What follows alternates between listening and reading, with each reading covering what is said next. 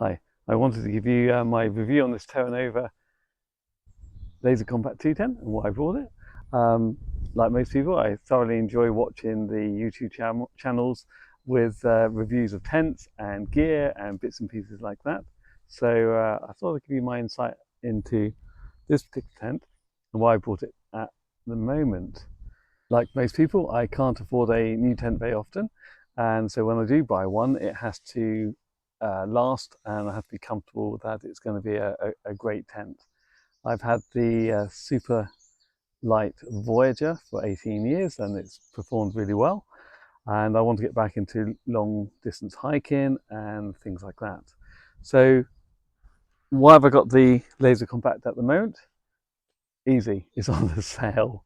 I'm not sponsored. I don't have a lot of funds to allocate towards the tent.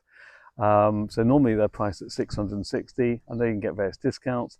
But as this at the moment, it's on their website for £400. So I thought I'll grab that. I'll get that bad boy into my garden and see how it goes.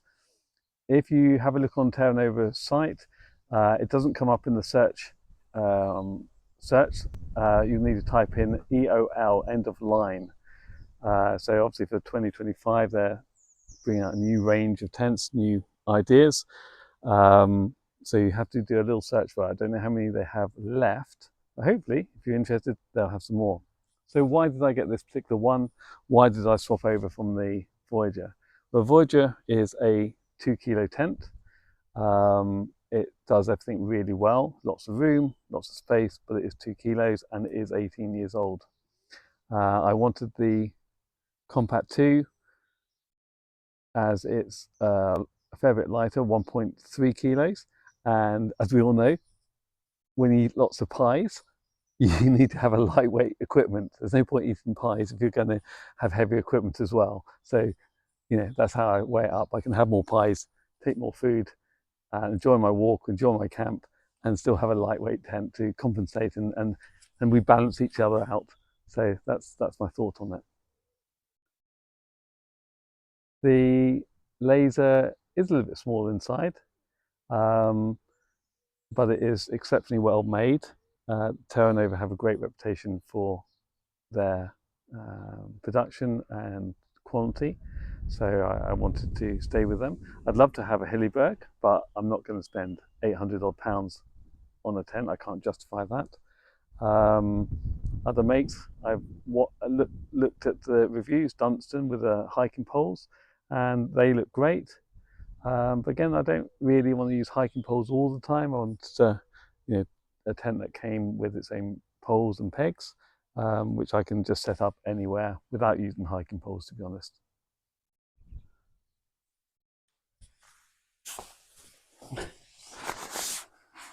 So what's the Compact 2 like inside?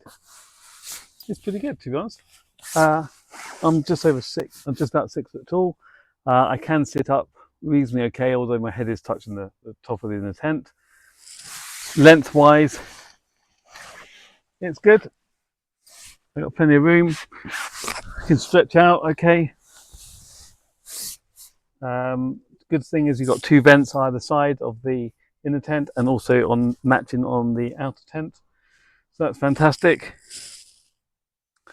Large door here, you've got 2 sides. The door opens on the back and this side as well, so you've got 2 entrance points. The clothes hook here, one thing I noticed is that in the morning with condensation on the outer tent, or if it's raining, when you undo this part, it can start drifting on the inside of the tent. So I saw another YouTube guy who had just added this clothes peg to hold it all back. And so if it does drip, it now drips into the vestibule area or alongside the actual tent itself. I slept in it last night. Just one of my cheapy old mats. I think it's an OEX mat, but I'll run through a full kit list another time, or if anyone's interested, I'll run through it. So the main differences between the Superlight there, the Voyager, and this one, the vestibule on the Voyager is larger, and you have a larger headroom, obviously. but this one is perfectly suitable for, you know, for me traveling. I've got a good vestibule here, lots of room at the end on both sides, so I'm very happy that, you know, you've got lots of space to do what you need to do, and it should be absolutely fine. The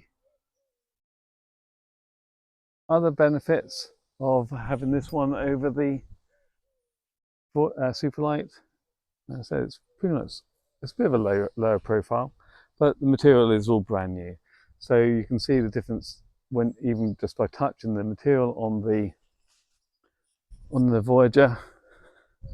When I touch the material here,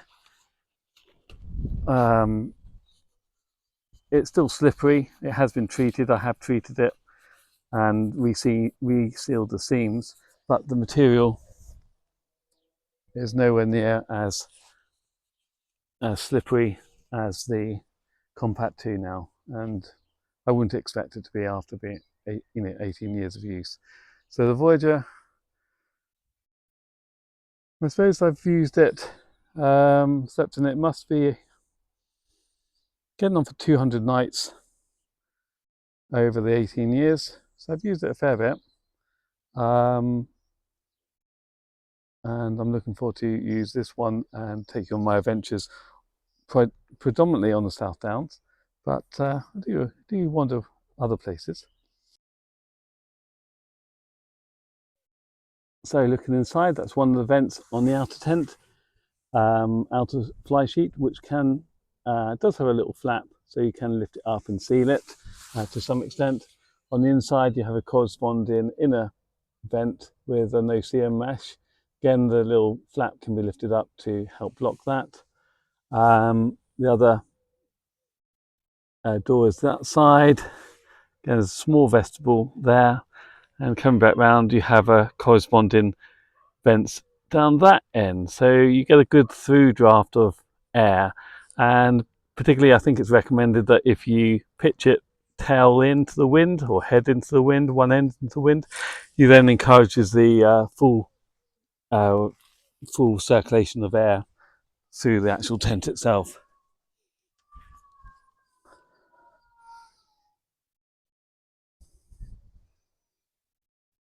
So having a look around the outside, so there's a handsome tent. Just getting it set up, trying to get it set up correctly. It has the inner is pitched with the outer, so if it is pouring down rain, then it's easy and quick to get put up, and it should last many years. Let me know your thoughts and views, and what sort of tent you'd like to get, and what's within your budget. Thanks so much. Please like and follow me for more adventures when I go off and do them.